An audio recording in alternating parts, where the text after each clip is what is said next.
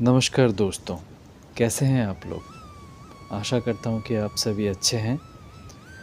तो आज हम एक और नया प्रसंग सुनेंगे कि कैसे श्री रामचंद्र जी ने एक इंजीनियर और उनके बनाए हुए बांध की रक्षा की।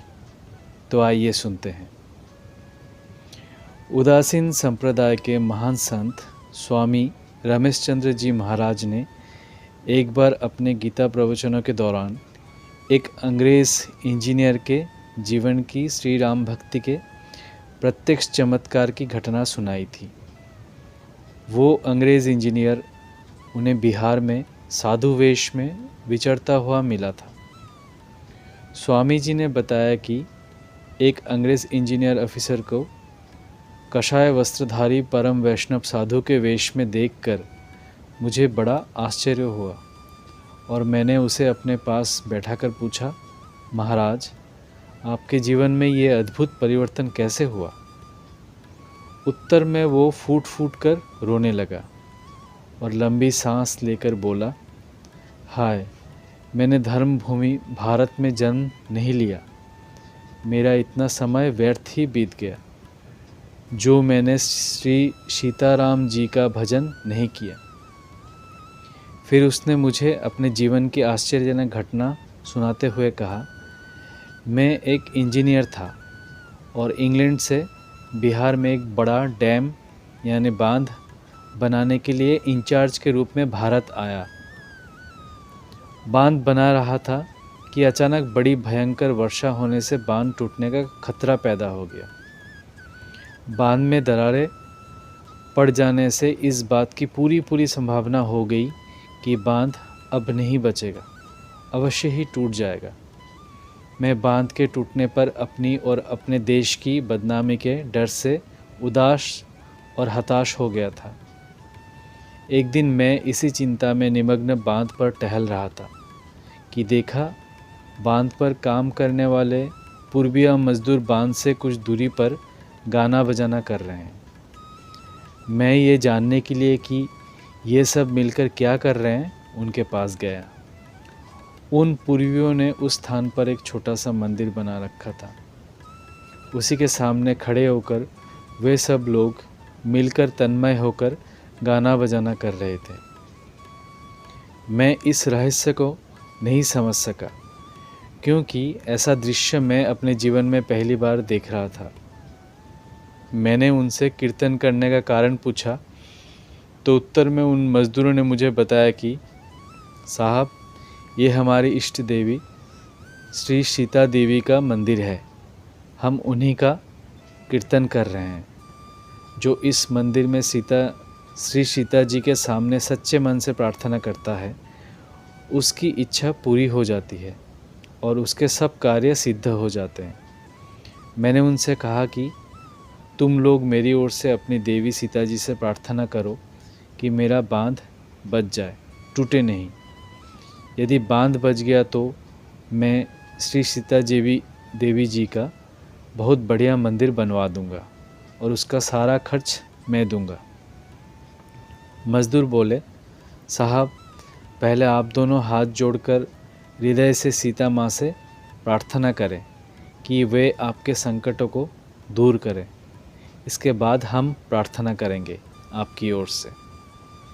मैं मूर्ति के सामने हाथ जोड़कर खड़ा हो गया और रोते हुए करुणा के साथ मैंने प्रार्थना की, हे माँ सीते, मेरी इज्जत तथा मेरे प्राण दोनों की रक्षा आप करें। यदि डैम टूट गया तो मैं अपने प्राण दे दूँगा और डैम के बचते ही मैं अपना तमाम जीवन आपकी भक्ति में लगा दूँगा।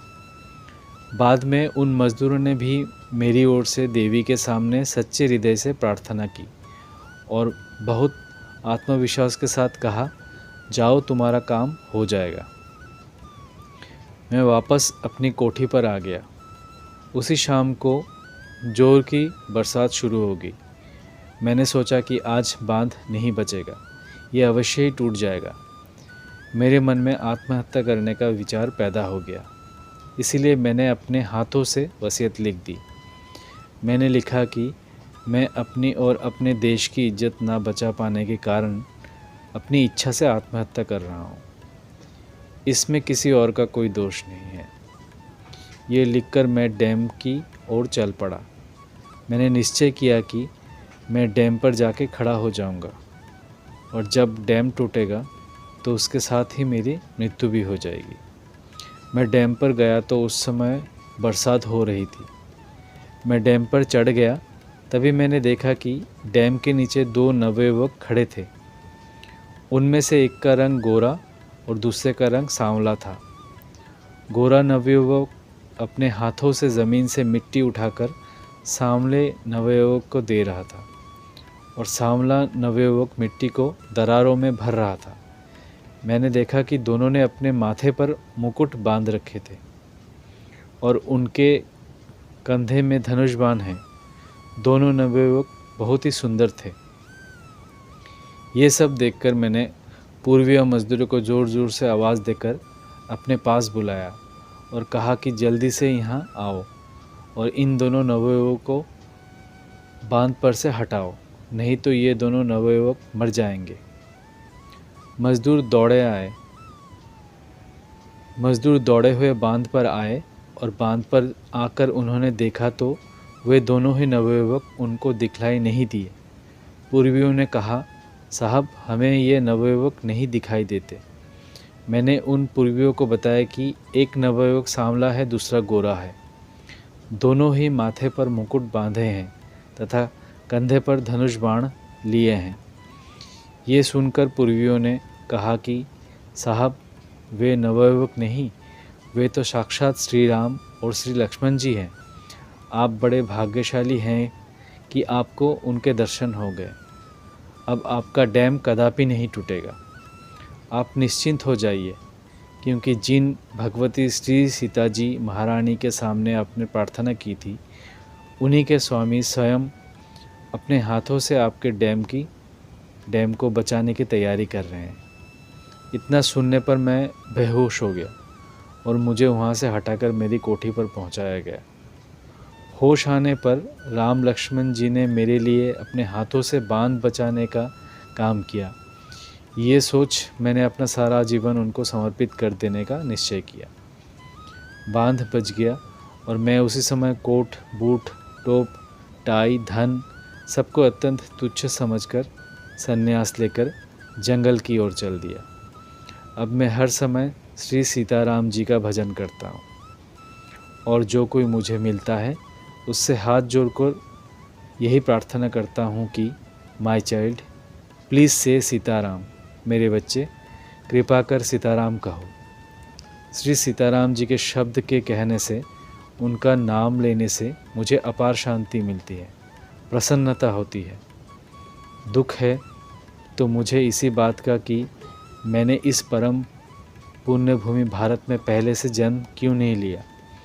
मेरा इतना जीवन श्री सीताराम जी के भजन किए बिना व्यर्थ ही क्यों चला गया। तो आज का प्रसंग दोस्तों यहाँ तक ही है। कैसा लगा आज का प्रसंग आप लोगों को, तो अपने कमेंट्स को द्वारा ज़रूर बताइए और हमारे चैनल कृपा सिंधु को सब्सक्राइब कीजिए। धन्यवाद। जय श्री राम, जय सीताराम।